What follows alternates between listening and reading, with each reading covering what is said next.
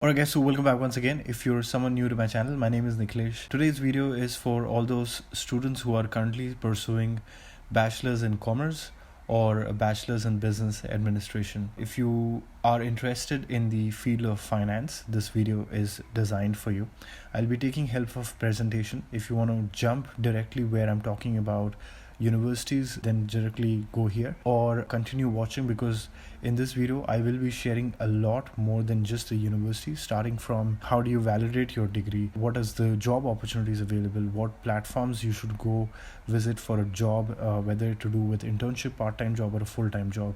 So there are a lot of focus areas in this video. I will in fact be also talking about what documents you need, what external exams you have to give when it comes to getting yourself into public university where there's no tuition fees, just a semester contribution. And yes, so continue watching till the end. So before we begin, there is a Google form in the description of this video. You can jump onto that and fill in your details. We'll stay in touch. We'll see what best we can do for you when it comes to helping you with the admission or the visa support, whether it's this year 2022 or for next year 2023. If some of you are interested to have this presentation, I'll give it in the description, or I'll send it over to you via email once you have filled out a Google form. If you're interested to talk to me personally and talk about your profile, people also, very often book personal appointment with me. So you can click it right here and it'll take you directly onto that website where you can book the appointment. I've been doing this long enough now, for a little over 4 or 5 years now. And I've seen thousands of students, and I'm happy to tell you that I've been part of their success story. And exactly by doing that, mentorship was actually born. I learned a lot on the ground here, that what are the do's and don'ts. And that's how I've designed my 12 months of program. You can easily become part of it by enrolling it, by clicking on the link on the screen, or in the description I'm going to drop a link there. This mentorship basically starts helping you while you're in India, and it only stops here in Germany when you're on a part-time job. So that's how the whole chapters are designed. Some of the highlights are already mentioned on the screen right here, but then this is just like the tip of the iceberg. It goes really, really deep. For me, what I have figured out living here for last 7 years, traveling to so many different universities, for past 3.5 years, I've visited over 400 universities. City matters a lot, especially when it comes to business studies, because whatever you're going to learn has to be immediately applied, and you need to have a hands-on experience, especially to do with business studies. You could study, there are topics and there are subjects which is more theoretical, but when it comes to studying business, be it finance, be it marketing, be it business development, project management, entrepreneurship, innovation management, any of these areas, you need to take in knowledge and go and apply. So if a city, wherever you're going, has no opportunity, in fact, you will be surprised to know there are cities here in this country, their main center of attraction is the university. I mean, it's a university town, basically. If the city only has a university, but then no job opportunities, no part-time job opportunities, no internship opportunities, then the CV, your resume has to build up, right? Eventually, because that's how people get jobs here in this country. No campus placement is happening. No companies are coming on board with you to recruit you. None of the above, especially with public universities, because they are so massive, and it's not university's job to go after you to get you placed somewhere in a company. It's your responsibility when you're dealing with public university. So it's better that if it's in a big city, it's good for you. So that's why I said select a city over university in Germany. In Germany, there are two types of universities: public university and private university. Oftentimes, people ask me this question: hey, what's better for me? What you think will be better in terms of getting a job and at the same time, reputation wise? Now, it's an ongoing debate, but just to cut short and keep just my point of view, I think, in my understanding, it doesn't really matter whether you study in a public university or a private university.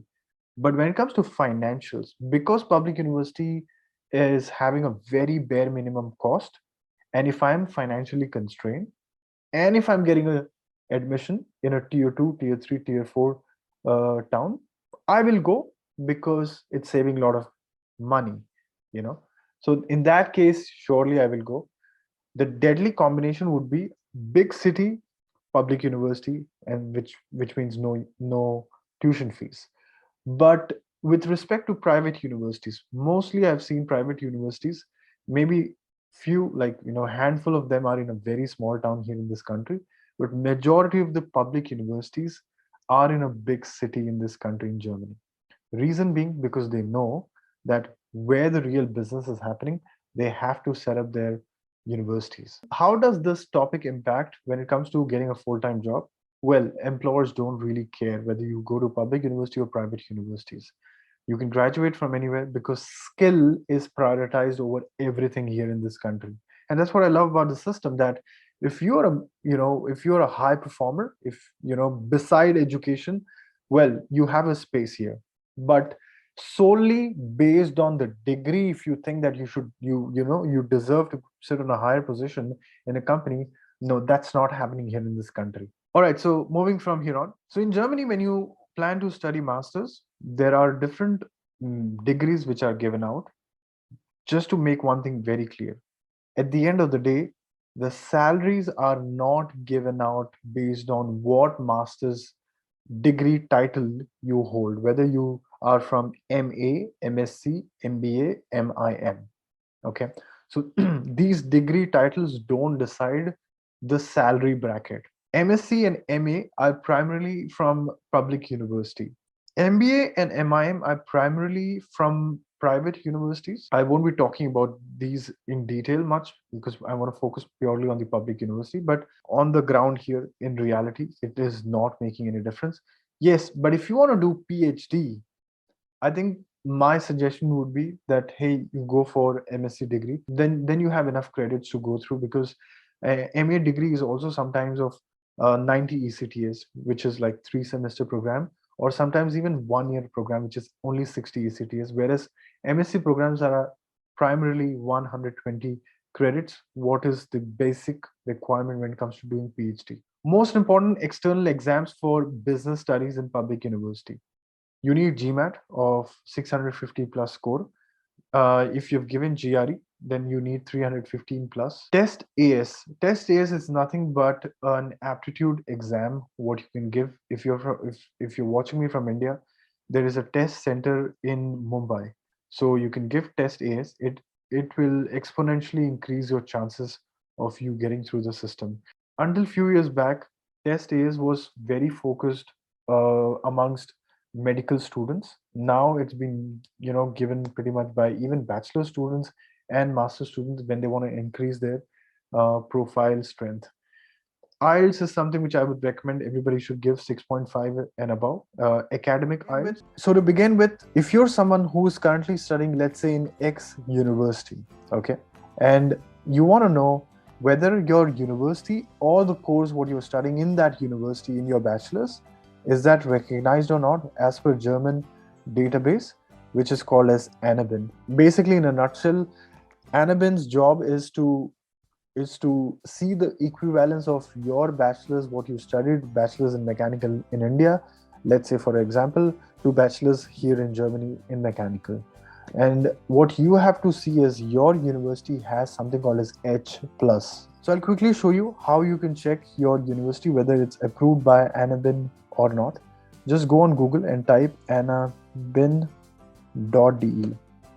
When you're here, go to the first link right here and go to institution. Okay, go to search. Let me just switch this for you in English. Oh, my selection, I think it's there from previously. So it's selected India. In your case, you have to open country selection and just press I, and it will show India or a list of countries with I. Confirm. Place where in India. Let's say I want to check Mumbai. I'm going to go and type M and then say Mumbai, Maharashtra. So this is where you will see Amity University, Mumbai. It's a private university and it's H+. That means it's approved. And likewise, you have to go and look for your university. You can change the city name to something else wherever you come from, and then let's say Mangalore, you can see it right here. Okay. So for example, this university, it's H-. Now that this university is H minus, this whoever is studying in this university will have to go through an extra process of validating their degree and a university from Anaben, and there's a altogether different process which I don't want to get into right now. But yes, make sure that your university is H plus. List of documents what you need to apply in a university, which is right here. 9 things primarily: bachelor's degree, transcripts for all 8 semesters, consolidated mark sheets, or if you're someone who is currently in 8th semester, then provisional degree. You need SOP. Let's say you're applying for 10 different universities, then you need 10 different SOPs designed. You need at least three letter of recommendations. IELTS 6.5 overall, and you need to give academic IELTS, not general IELTS. There are 2 types, that's why. Work experience letter, if you have any. Internship, or ECA stands for extracurricular activity.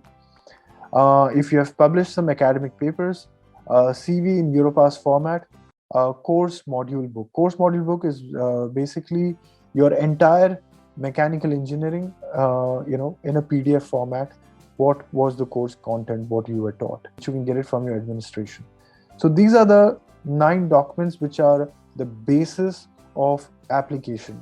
So there are 2 intakes in Germany. One is in summer, one is in winter. Summer starts in April. The deadline is 15th of Jan. Normally the application actually begins by November, December onwards. For winter, it starts in October. The deadline is May 15th. Sometimes the deadlines can also go till June 15th. So in Germany, the application is done via 3 ways: via university portal, via My Assist, or combination of first and second. Now, how do you know that which way a university is willing to take your application? Well, you'll have to check on the course website. Now, if you've seen me talking about German GPA, so this is what the breakdown of German GPA is. So 1 is the highest you can score here in this country. 4 is bare minimum, like just pass. Anything beyond 4 is fail. Now, many of you would already have your grades into either CGPA or SGPA or percentage. How can you calculate that from that grading system to German GPA? I have this link right here, which I'm going to click now, and it will take us directly onto the website of Technical University Munich. We're going to convert the grades. Let's say the highest CGPA one can get is 10. The bare minimum required to pass the degree is 5, and you got, let's say, 7.2. That's your German GPA right here. 2.6 is something what you have got. If yours would be, let's say, 8, then it's 2.2. So this is how you calculate grades. So moving forward from here on, all right, now that you have seen that there are so many colleges, how do you keep track of them? There has to be a structure to it. So in Nikhilesh, in our company, we follow certain way of doing things, which has been the most efficient what I've seen over the course of time. You're on Google. Make sure that you go ahead and make this on Google Sheet right here. Now that you're here, first of all, go ahead and change the name of the file, university. So this is a kind of structure what I personally would like to have when it comes to shortlisting of the university. It starts with serial number right here, then it goes on to university, and under university there is 2 types. One is the university name and the type of university. So if it's TU, then you write TU right here. Okay, and then there's a course. What course is this? So in this case it's computational engineering. You can see that how many semesters the program is of, what is the deadline, does it require you to have German or not, does it require you to have IELTS or not, what is the prerequisite, have they given any bachelor's requirement, what they need, what GPA, what German GPA does it require, like for example 2.5 first class with distinction. ECTS requirement, if it's 210 or 180, if it requires SOP or not. If it's yes, then just type yes. LOR, then how many LORs, if you have given test AS or GRE, what has been your score here. Mode of application, is it via UniAssist or is it via direct portal? Then the course website, As you can see, it's right here, it's displaying out. And if you have any email ID of the course coordinator. This is the typical format I like to follow here. It has proven to be very successful for last so many years. I've used this format with different students. Moving from here on, universities for MSc in Finance. I have embedded a link here. When you have this presentation, you can download this whole entire presentation from the description. Click here and this is where you get to. So when you click that link, this is where you will come. There's total of 55 results what you get to see. I have selected Masters MSc in Finance, and only English Star programs. There's no tuition fees, only semester contribution, and for winter intake. So just the way I showed you how to make the university list, go down here and then select for yourself. There is total of not much, 6 pages only. Okay, let's go into one of these. Let's say we go into money and finance. Wow, MSc program. You go into this and then you'll get to see the structure of the program. The requirements is right here. So yeah, they expect someone to hold a bachelor's degree or equivalent in the area of economics, finance, or in related fields. Okay, at all the times of application, applicants need to have a valid, so that means there's a mandatory requirement of GRE or GMAT score, and then IELTS requirement is of 7 right here, what you get to see. Application has to go via UniAssist. On your envelope what you're sending to UniAssist, this has to be written Dhure University, blah blah blah, care of UniAssist EFAU Berlin. So yeah, in terms of cost, let's just have a look at it. So all in all, what you're paying per semester is only 370 euros per semester. So this is how you're supposed to design your university shortlisting. So moving forward from here on, these are some of the specializations what students are studying right now. I've taken this whole thing from one of the universities in Nuremberg. They have this course of finance. This is a good example because I had one of my student who was part of the mentorship program who got enrolled very recently into this university. So this is just a sample of what specializations you can go deep into if you select MSc in finance. If you see M&A, very big topic, equity financing and venture capitalist, bond investment, financial risk management, portfolio. There's a lot of people I've seen that they came for MSc in finance and then ended up going into economics department and now doing PhD as well. I have a couple of friends in Technical University Munich. And then you'll also have like a general management subjects. Some of the mandatory modules, what you can expect is fundamentals of financial management, corporate valuation, VBM, international capital market, global financial institutions and investment banking, applied quantitative methods, international economics, applied international research projects. So this is just an highlight for you to understand what to expect if you were to go deep into finance here. From here, I'm going to talk about salaries. If you were to end up into one of the jobs, what kind of salary? So I've embedded a link right here. Once you click here, this is where you land. So gehalt.de, and this is the website which will give you an idea of what salary range you can expect per month across Germany. So I've put finance right here. 3,900 euros could be a starting good salary per month, going all the way till 7,100 if you come with a bit of experience. The good thing about this website is it'll also give you job positions which are open in different parts of Germany. Like München is there, finance senior manager, head of finance, that's what they're looking for. And of course, look at the salary per month. Oh my god, you can change it to per year as well. So almost 100,000 euros per month, per year is what you're looking for. But I'll tell you, this is a bit of an extreme case because they're also looking for a head of finance. The average salary range of the market is something like this, like 50,000 euros annually, what I was talking about in the beginning. Different cities have different positions open. You can in fact apply from here. They also have VEC student, which is like a student job as well. Student job. So you can go into the next page and there's some more. Let's just change the city. Let's just look for, let's say, Frankfurt. So per year, this is the average salary, what you can expect. in Frankfurt region, and then all the job openings. There are a total of 706 job openings in the field of finance and in Frankfurt area. So yeah, just jump onto this website, play around a bit to understand what salaries people are getting. All right, so I'm back on the slides. So the next slide is where I have put all the job portals which will help you to find internships, part-time job, PTJ means part-time job, and full-time job. These are the websites what normally people use here. If I have to tell you, getting a full-time job in Germany, there's no concept of campus placement. Here, people normally do internships, prove their worth in that phase of internship, and then if an employer likes you, they will offer you a full-time job. That's how it works here. That's how the system is designed. So companies won't, come on the campus to recruit you. A lot of the things what you have to do it by yourself.